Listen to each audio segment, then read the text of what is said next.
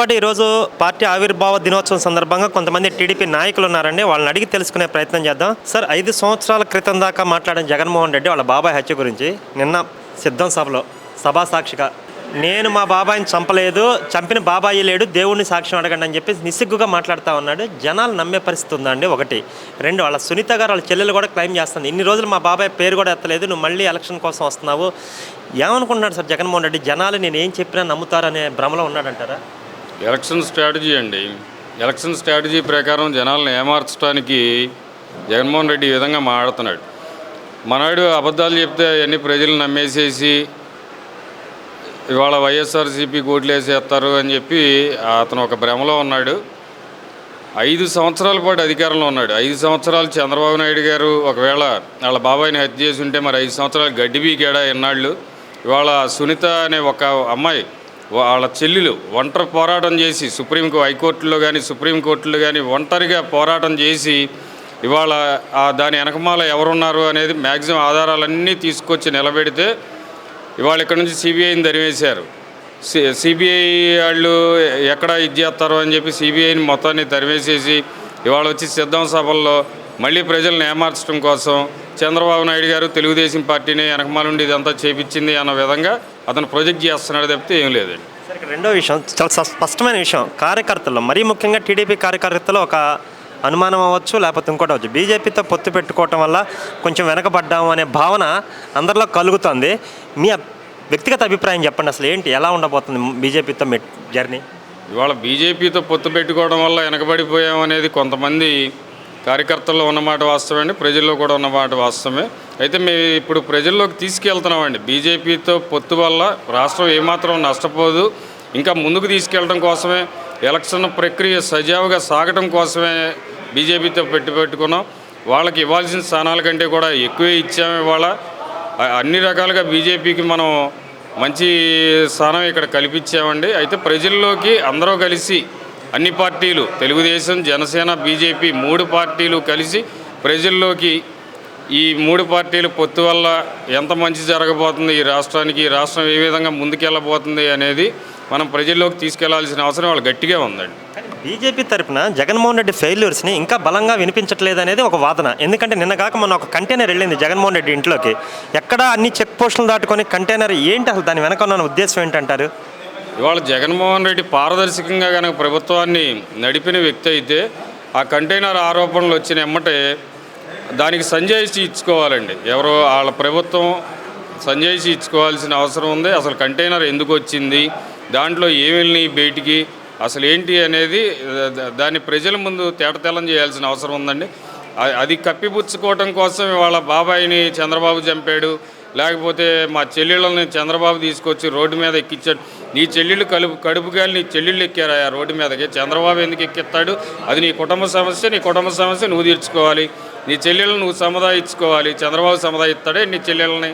కొత్తగా caste war అని అంటున్నాడు. అంటే జగన్మోహన్ రెడ్డి పరిస్థితి ఎట్లా అయిపోయిందనంటే, నేను ఏది మాట్లాడినా జనాలు వింటున్నారు.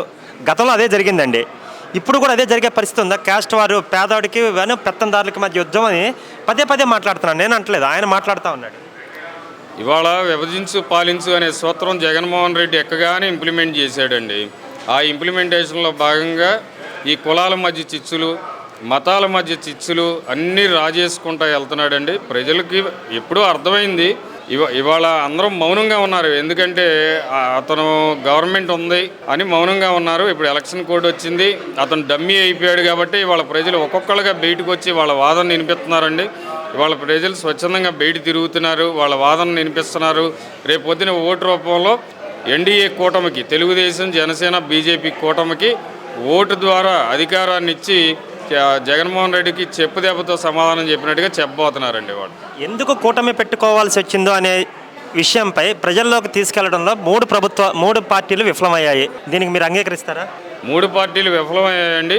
ఎన్నికల వేడి ఇంకా మొదలవలేదు. ఇవాళ రేపటి నుంచి ఎన్నికల వేడి మొదలవబోతుంది. అందరూ తెలుగుదేశం నాయకులు, కార్యకర్తలు, జనసేన నాయకులు, కార్యకర్తలు, బీజేపీ నాయకులు, కార్యకర్తలు మొత్తం రేపటి నుంచి ప్రజల్లోకి వెళ్ళి ఈ కూటమి యొక్క ముఖ్య ఉద్దేశం, అవసరం ప్రజలకి, ప్రతి ఓటర్కి రేపటి నుంచి మేము తెలియజేస్తామండి.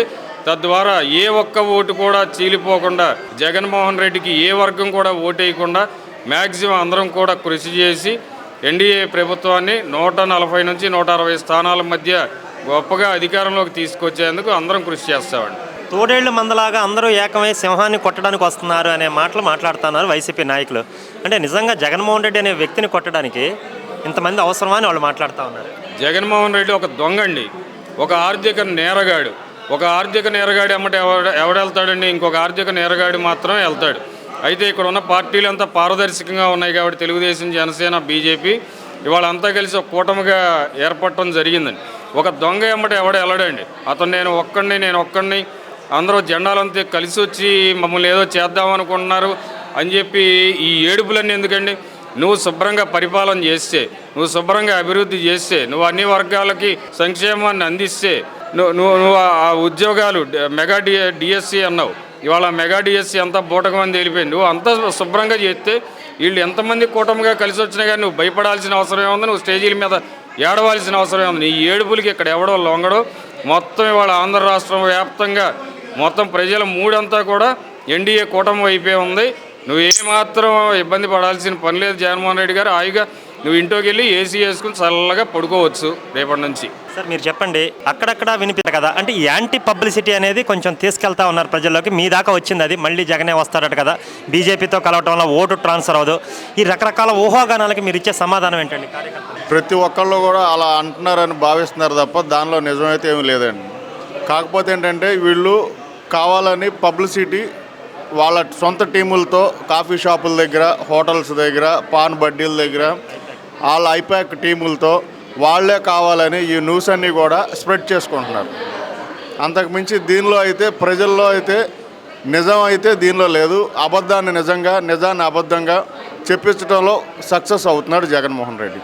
అంటే జగన్మోహన్ రెడ్డి ఏం చేద్దాం అనుకున్నాడని రాష్ట్రాన్ని కొన్ని 50,000 కోట్లు, ఇండియాలో ఇన్ని పోర్ట్లు ఉండగా ఒక మన విశాఖపట్నం పోర్టుకే 50,000 కోట్లు అంటే అసలు ఊహించడానికి కూడా మన రాష్ట్ర బడ్జెట్లో సగం అనుకోవచ్చు. ఏం చేద్దాం అనుకున్నాడు రాష్ట్రం జగన్మోహన్ రెడ్డి పోతూ? మామూలుగా అయితే స్వర్ణ ఆంధ్రప్రదేశ్ను ఇప్పుడు డ్రగ్స్ ఆంధ్రప్రదేశ్గా తయారు చేశాడు. దాని గురించి అయితే స్పష్టంగా ప్రతి ఒక్కళ్ళు కూడా భావిస్తున్నారు. అలాగే ఇంకా జగన్మోహన్ రెడ్డి చెప్పే బూటకపు మాటలను జనాలు నమ్మే పరిస్థితి ఉందంటారా? నమ్మే పరిస్థితి అయితే లేదండి. రేపు జరగబోయే మే 13 ఎలక్షన్తో ఈ పరిపాలనకి శుభం కార్డు పడబోతుంది. ఏం చెప్పదలుచుకున్నారు? ప్రస్తుతం ఉన్న పరిస్థితి చూస్తుంటే జగన్మోహన్ రెడ్డి చేసే అబద్ధాల స్పీచ్లు వింటుంటే సిద్ధం సభలో మీకేమనిపిస్తుంది? చూసిన జనాలు అందరూ కూడా ఏంటంటే ఆయన అబద్ధాన్ని నిజాన్ని అబద్ధంగా చెప్తుంటే జనాలంతా కూడా చూసి వాళ్ళ భావాల్ని నవ్వి వ్యక్తం చేస్తున్నారు తప్ప రేపు జరగబోయే మే 13 ఎలక్షన్ రోజు దాని తీర్పు ఎలా ఉంటుంది అనేది మే 30వ తారీఖున చూస్తారు.